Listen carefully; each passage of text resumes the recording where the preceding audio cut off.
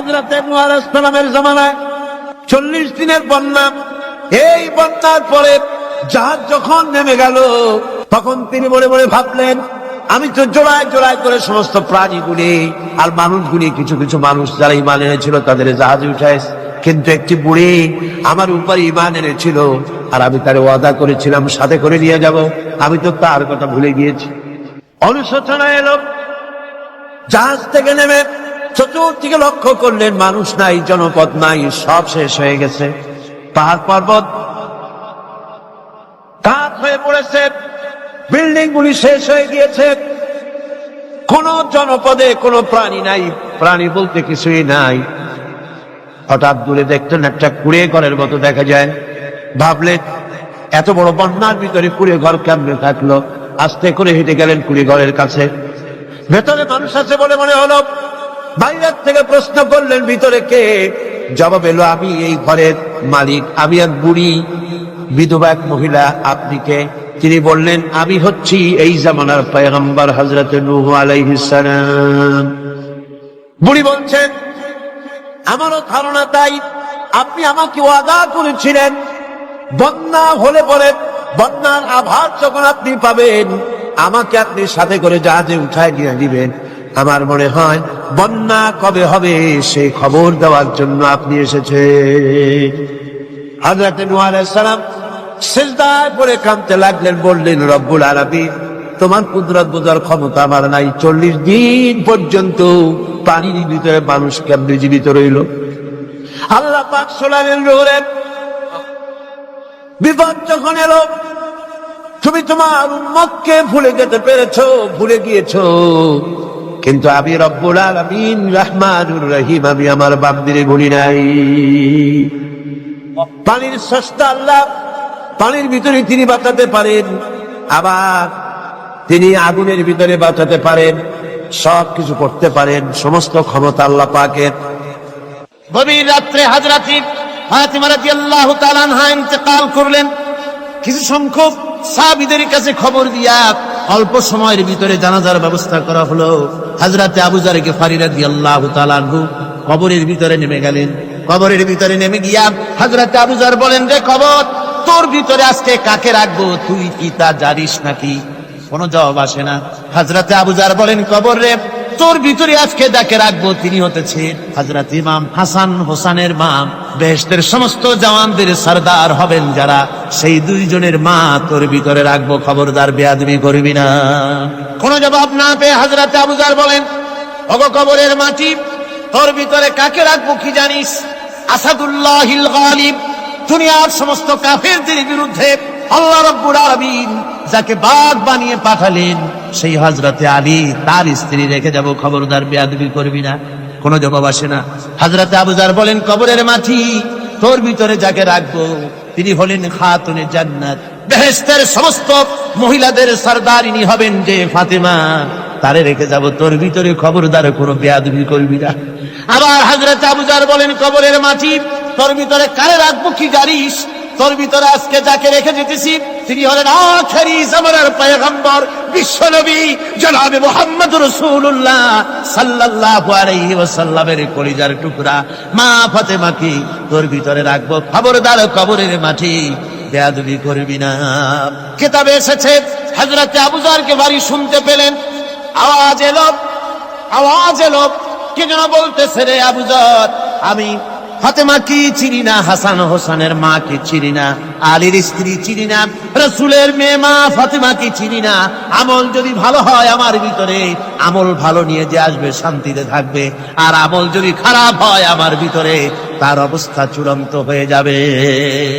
আমার ভাইরা, আমার বন্ধুগণ, আমলের উপরে ভিত্তি করে কিয়ামতের দিন নাজাত হবে। আমল যদি খারাপ হয়ে যায়, কিয়ামতের দিন কেউ তাকে বাঁচাতে পারবে না।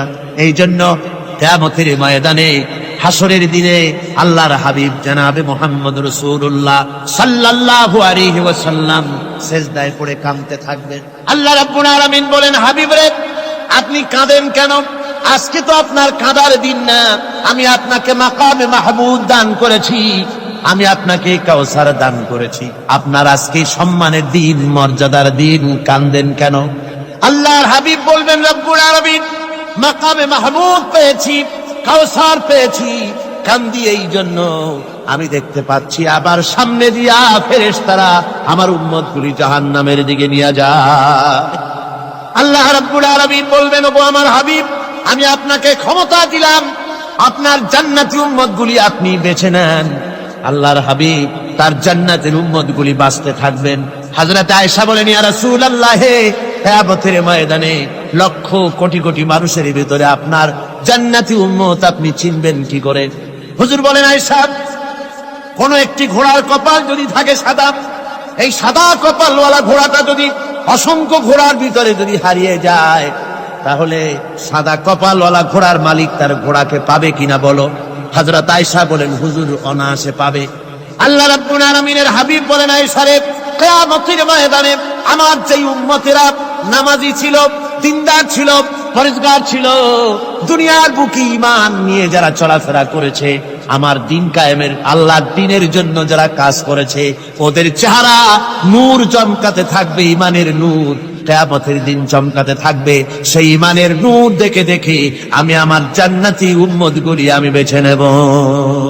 হযরত ফাতিমা রাদিয়াল্লাহু তাআলা আনহাকে রাসূলুল্লাহ সাল্লাল্লাহু আলাইহি ওয়াসাল্লাম অত্যন্ত ভালোবাসতেন, মহব্বত করতেন তার স্ত্রীদেরকেও। তার স্ত্রীরাও রাসূল করিম সাল্লাল্লাহু আলাইহি ওয়াসাল্লামকে ভালোবাসতেন প্রাণ উজাড় করে দিয়ে। নবীজি বলেছেন, কন্যার পিতাদেরকে গালি দিও না। অনেকে টিটকারি করে, বারবার মেয়ে হয় ছেলে একটাও হয় না, সেই জন্য টিটকারি বটকারি করে। আল্লাহর নবী বলেছেন, মেয়ের পিতাকে গালি দিও না, ঠাট্টা করো না, যেহেতু আমি মুহাম্মদ রাসূলুল্লাহ সাল্লাল্লাহু আলাইহি ওয়াসাল্লাম, আমি মেয়েদের পিতা, আমি নিজে মেয়েদের পিতা। খাও না, মেয়েদের পিতাকে গালি দিও না।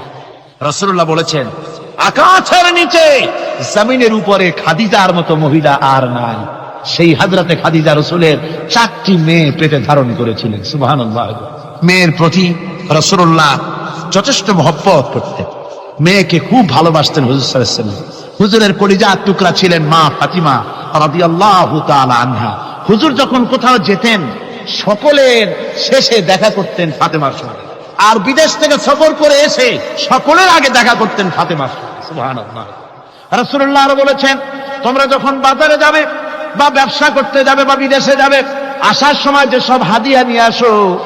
আমরা যখন বাইরে যাই, বাজারে যাই, কিছু হাদিয়া আনি না, জামা কাপড় চকলেট ইত্যাদি আমরা আনে থাকি। রাসূলুল্লাহ বলেছেন, হাদিয়াগুলি তোমরা যারা বিদেশে যাও, বাজারে যাও, হাদিয়া আনবে, আর এনে ঘরের মধ্যে ঢুকে তা শুরু করবে মেয়েকে দিয়ে। প্রথমে দেবে মেয়েকে। সুবহানাল্লাহ।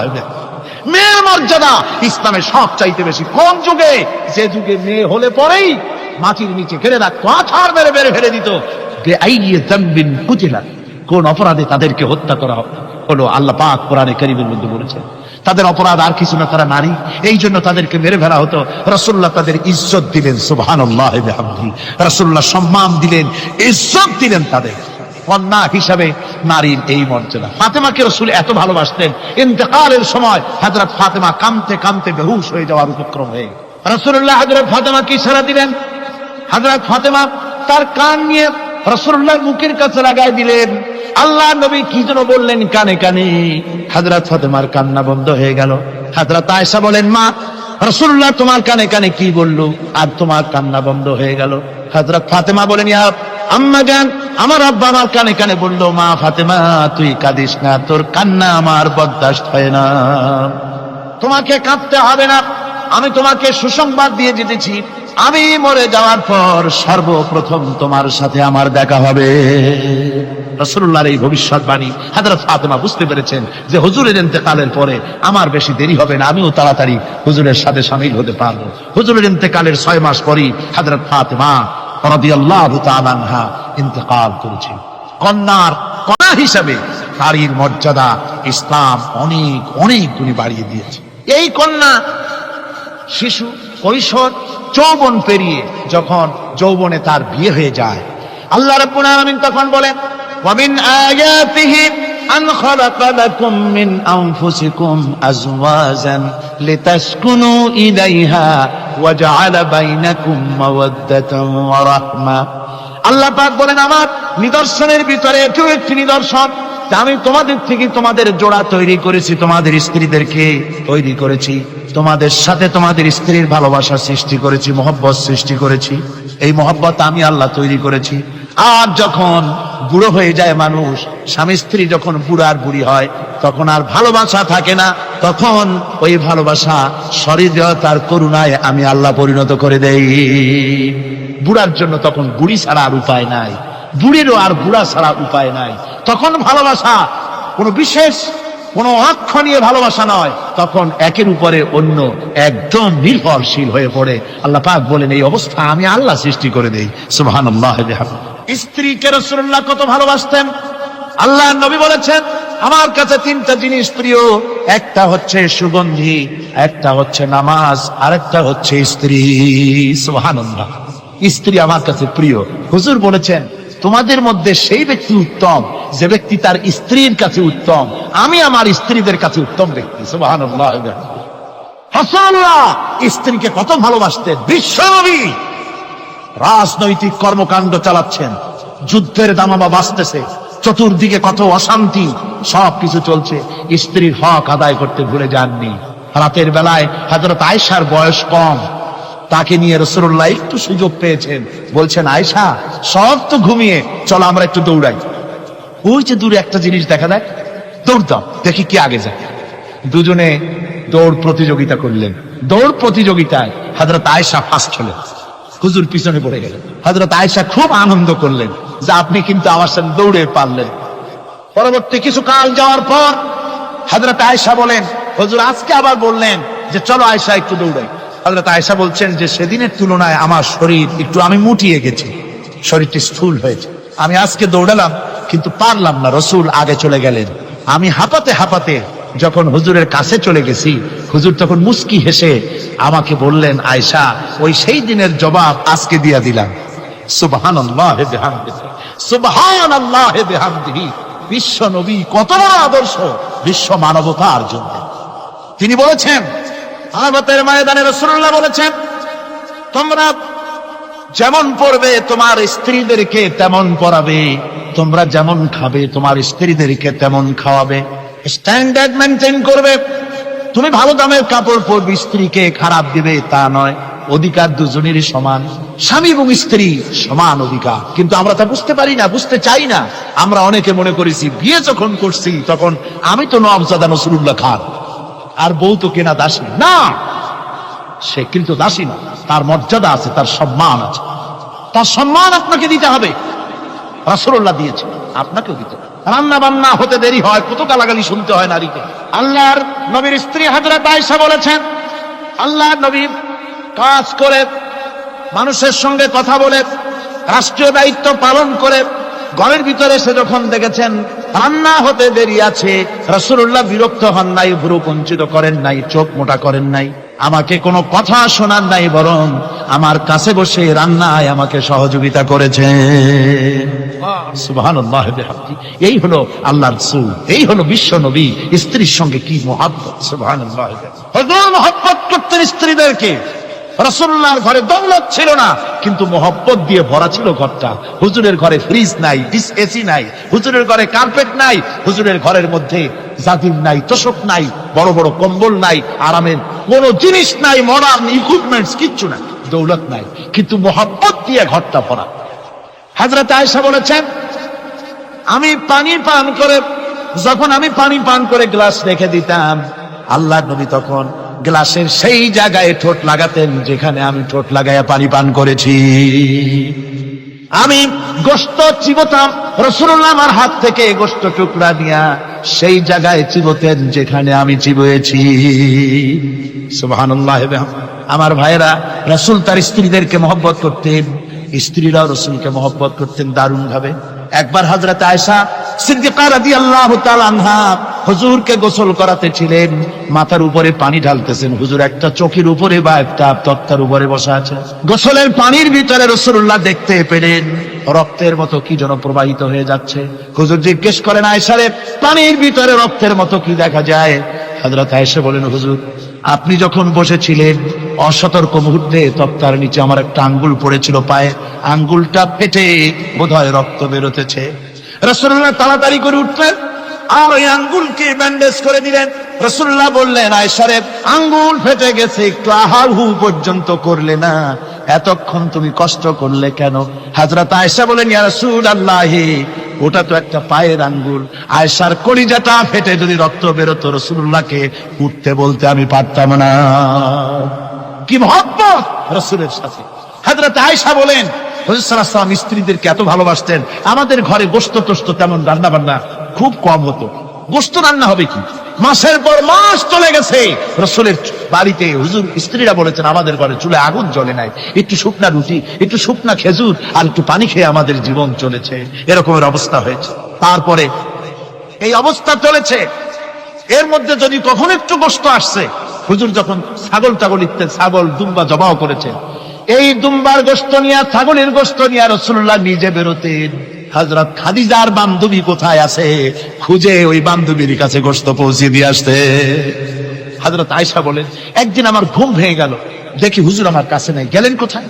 খুঁজতে খুঁজতে যায় দেখি মসজিদে নববীর ভিতরে হুজুর হাত তুলে বসে আছেন, মোনাজাত করতেছেন। আমি পেছনে গিয়ে হাত তুলি, আমি শুনতে পাচ্ছি নবীজি দোয়া করছেন, রব্বুল আলামিন কিয়ামতের ময়দানে যেদিন সন্তান তার পিতাকে ভুলে যাবে, মা তার সন্তানকে হারায় ফেলবে, ওই কঠিন হাসরের ময়দানে আমি যেন আমার খাদিজাকে হারাইয়া না যাই। মুনাজাতের শেষে হযরত আয়েশা বলেন, ইয়া রাসূলুল্লাহ, খাদিজার কথা আপনার এত কেন বারবার মনে পড়ে? একটা বুড়িরে বিয়ে করেছিলেন 25 বছর বয়সের সময়, 40 বছর বুড়ি, তার কথা কেন এত মহব্বত আপনার মনে পড়ে? তার থেকে যুবতী মেয়ে, সুন্দরী মেয়েকে আপনার স্ত্রী হিসেবে আপনি পান নাই। হুজুর বলেন, আয়েশা রে, খাদিজা সম্পর্কে এমন কথা তুমি আর বলো না, তোমরা সবাই আমার সুখের দিনের স্ত্রী, আর খাদিজা আমার এমন সময় স্ত্রী ছিল যখন মক্কায় আমার আশ্রয় ছিল না, তামাম মক্কা নগরীতে আমার আশ্রয় ছিল না। খাদিজার সঞ্চিত সমস্ত ধনরাশি ইসলাম কবুল করার পর দুহাতে খাদিজা বিতরণ করে দিয়েছে। হযরত আয়েশা বলেন, হুজুর আমার গোস্তাকি মাফ করে দেন, আমি আর এরকম বলবো না, তবে খাদিজা সম্পর্কে আমার কিছু একটু শুনান। হুজুর বলেন, আয়েশা রে শোনো, গভীর রাত, যত রাত হোক না কেন, ইসলামের দাওয়াত দিয়ে দিয়ে গভীর রাত্রে আমি যখন বাসায় ফিরেছি, ঘরে এসেছি, দরজায় একটা মাত্র ডাক দিয়েছি, খাদিজা, অমনি দরজা খুলে গেছে। আমি জিজ্ঞেস করেছি, খাদিজা রে, যত রাত্রে আসলাম, যতবার আসলাম, একটা ডাকের বেশি লাগলো না, তুমি কি ঘুমাও না? হযরতে খাদিজা বলেছেন, ইয়া রাসূলুল্লাহ, আমার মনের ভিতরে ভয় থাকে, আল্লাহর রাসূল দিনের খেদমতে বাইরে আছেন, আমি যদি আরামে বিছানায় ঘুমায় থাকি আর নবীজি দরজায় তার কাছে দাঁড়ায় আমারে ডাকাডাকি করবেন, উঠতে যদি দেরি হয়ে যায় নবীজির সঙ্গে বেয়াদবি হয়ে যাবে, এই মনে করে আপনি না আসা পর্যন্ত দরজার সাথে পিঠ লাগাই আমি দাঁড়াইয়া দাঁড়াইয়া ঘুমাই। আমার ভাইরা, হযরতে খাদিজার ইজ্জত স্বয়ং আল্লাহ দিয়েছে। কে দিয়েছে? হাদিস শরীফে এসেছে, রাসূলুল্লাহ জাবালে নূরে বসা, গারে হেরার ভিতরে বসা, হযরতে জিবরাইল রাসূলুল্লাহর সঙ্গে কথা বলতেছেন। একটু পরে হযরতে জিবরাইল বলেন, ইয়া রাসূলুল্লাহ, আমি আর এখানে বসবো না, আমি এখন চলছি, আমি দেখতে পাচ্ছি খাদিজা